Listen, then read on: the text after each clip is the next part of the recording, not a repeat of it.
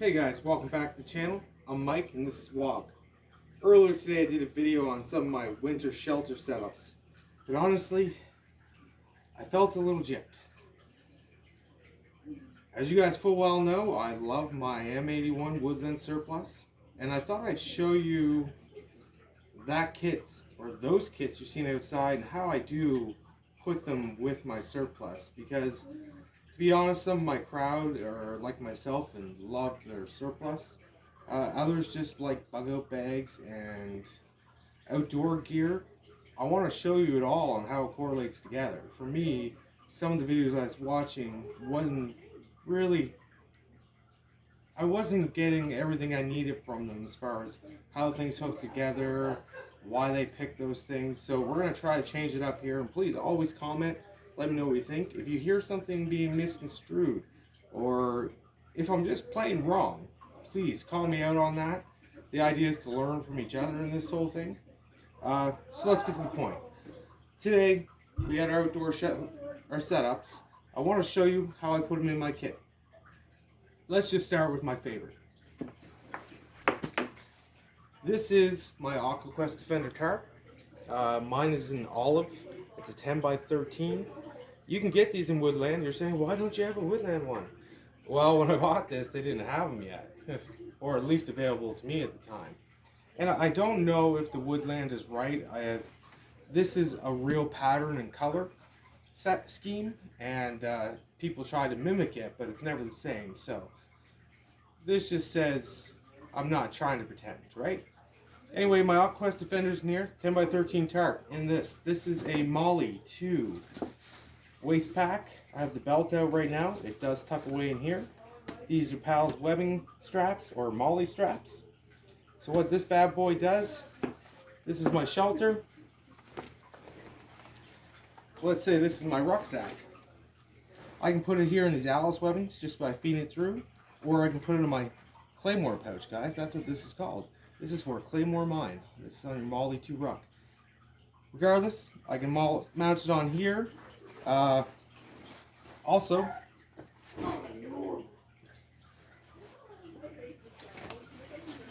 we could do the backwards configuration that you seen last night with the Molly to Alice / Alice to Molly. You can attach this right to the bottom of here with these Alice clips. These are actually perfectly spaced from here to here, and this will just sit in there as is, or you can put the adapters on there to get the firm grip on it, right? It would also fit on my battle belt if I wanted to. So long story short, that is 3.5 pounds a bag. It's just a wonderful piece of kit. I wanted to show you how it fit in one of these. These bags are great. They're cheapish, as cheap as they're gonna be. And as you see, it fits in it beautifully. And it can connect to anything with Pal's webbing, any bag. Moving on to the next one. Over here, this is a Molly sustainment pouch. This is for your sustainment, your MREs, so to speak. In here, I have part of the equipment that you've seen earlier from One Tyrus. I have the tent with the mosquito netting and bathtub floor, and this is one of the ponchos. So it's called a Tenseformer. It's creative, I know. But it's very neat. It's just a little good day shelter. This thing weighs nothing. This pouch right here weighs nothing in comparison to this. This is a solid mass. It's like clouds, guys. It's like clouds. Now I am going to pull this piece out of here. And we'll set this aside. Well, first off, Pal's webbing. And you can also use your general utility strap with these D-rings. So you can carry your whole shelter kit right on your shoulder instead of having it attached to anything if you'd like. Sometimes that's easier. What we're going to move on to now is the training field pack, or the butt pack. In here already, I have put a Tenseformer. And this is the bug net. So this is a full shelter system right here inside of a butt pack. How do we feel about that, guys? You see how light and compact this is. Very nice, right? So you'd have your Alice keepers here. That's what they're called, the Alice clips, your Alice keepers. And I could attach this to just about anywhere on this pack, or I could just feed the lines through anywhere here and just create a small bottom pack that attaches as such, which is a great little tight kit. Or back to the Molly 2 main ruck, I could attach it here, and as you see, that looks really sharp together, right? And honestly, when you pull these large main straps out and around, it'll tighten right to you. You just put those in an X formation and you can pack everything really, really close together. A lot of the times, I believe that's how I'm going to carry that kit. How am I actually carrying it? That's what's next. Oh, one more thing, guys. One more thing. A little ahead of myself here. Something else I want to show you is, earlier I spoke about a Z-Lite and how it fits into a nuclear and biological and chemical bag.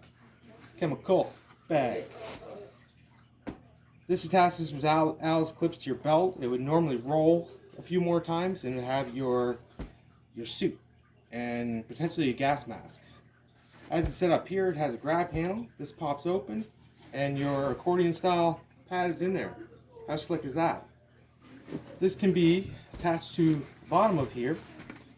As you see, we got plenty of strap left. If we just go like this.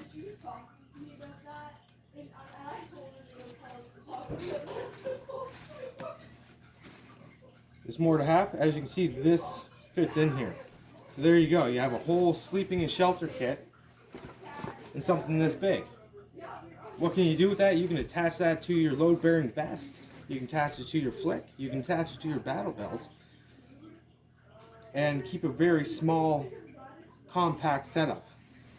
I think these things are great. It's too bad they outdated and turned into these, even though I love these bags. These have a great shape to them. There's a lot of purposes for training field pack or butt pack, guys. Here I have what I actually normally store all this stuff in. This is a One Tigers compression sack. It matches really good with the colors on my straps and stuff from my Molly bags and my patrol pack. So in here I have the bushcraft mat you seen earlier, which is also a little chair. This is just for hanging goods. I use it for drying clothes. So we send that all down the side. So what do we do here? We got one transformer, one screen mesh net pack, and one footprint. I like to keep that in the middle because it's usually the dirtiest, and I know that sounds weird, but you might as well have it in the center. Sorry, I'm here still, guys. I've done something. Two transformers.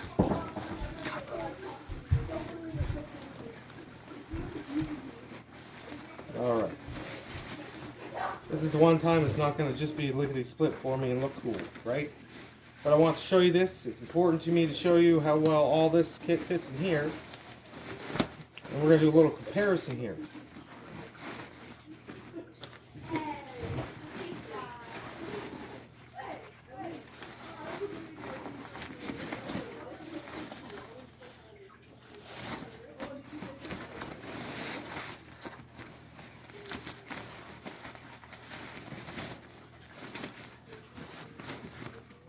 So real quick here, there's nothing really quick about that, was there, guys? I'm sorry you had to live through that. We both did, let's put it that way. Alright, so she's not a beautiful thing right now. This is a nice little pack, right? Cinch this sucker down all the way. This also came with two longer straps that go all the way around here to connect this to your bags. So what do I like about this? Well, this weighs just over 5 pounds, I'd say. It has two ponchos for me and my spouse. It also has a tented tent with screen and a bathtub floor. It has a footprint for a tent. It's got everything you need, all in one kit. And it straps the bottom of my Molly or my patrol pack. So it's kind of bulky though, right? You clench that down, she's still kind of bulky. This replaces all of that with more protection actually added and weighs a little less than it. This is like 3.5 pounds, and that thing there, it's coming in probably around 5.5. That's just a random number, okay? Honestly, we'll scale it out if you want. So, to me, this is a much better deal. That's what I'm getting at, okay? Earlier, you seen my Bivy from Quest, my Pharaoh. I wanted to show you, this looks huge, right?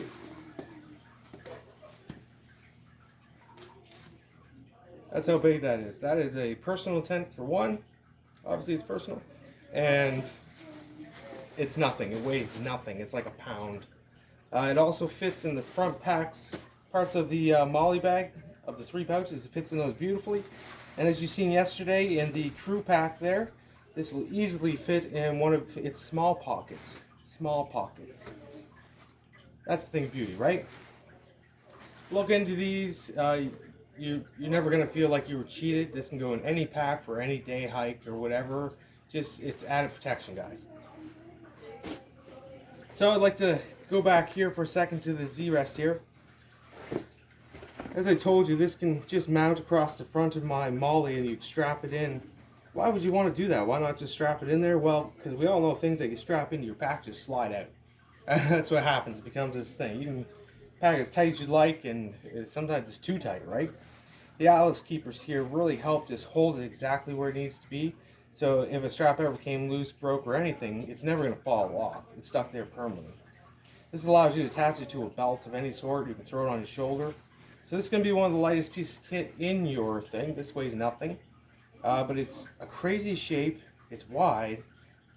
It's a bulky item that weighs nothing. So it goes on the outside, the furthest region from your back, because all your weight should be in closer to your back, right? So yeah, it's just a really good thing that I also use one of these for my wool, because wool blankets don't compact very well. It's a great case for that too, and the Kedora material really protects it from sticks and twigs and things like that. So I just wanted to give a little more talk about that. As you see, I'm leaving this here. This is my baby. I love this. I think this is a great little kit right here. But also today, we spoke about what I was wearing. Earlier I had on my Gen 1 ECW CS jacket. What you've seen in that video, that's how I actually wander around the streets. Okay? So you can imagine I do often get pulled over by cops. They want to chat with me. See if I'm going to be okay, if they're going to be okay, if everyone's going to be okay. Again, I have normal clothes. This isn't normal. This was a custom-made sweater by Moore Sweater here in Kemple that my girlfriend had commissioned for me. I dub it the Ultimate Hoodie. It's 60-40 wool polyester blend. Has an oversized hood, which is just a thing of beauty. My ECW CS coat also has an oversized hood. This fills the whole thing and it's cushy. And it feels so good against the cheeks in the cold, I won't lie. I just love it. I get my pocket, my pass-through pocket, and it clenches down a little bit around there. And as you see, the sleeves are done. They went as far as to do this here. Oh, Flower's back. Flower's back to visit us. Just a little shout out to Brandy there at Moore Sweaters. She did a wonderful job. By the way, animals love wool. Okay? This is a fact. My wool blanket, whenever I pull it out, they like hurt at me for it. That being said, I wanted to bring that up. Okay, it's not a cheap item by any means, guys. Stuff like that, when you're having them custom made, so to speak, it does cost a lot more money. It's worth every penny. This is what I like to sleep in my winter activities, just because I do enjoy the feel of it. This here, we talked about briefly. I think we'll get into this another day. Again, this is just all my essentials for setting up tarps, campsites, and all that stuff. And Flower's not really interested in it. Well, guys, we had to work through that one. This is our second video today. I'm sorry about that, but honestly, it was a long day. It took me a long time to set up and get things going for you guys because wanted to show you. And I just thought I'd finish it off by showing how I use my surplus too, because that's what this is all about, right? You see this? Yes, it's cute. We love her. Thanks for tuning in, guys. Like and subscribe, and we'll see you next time.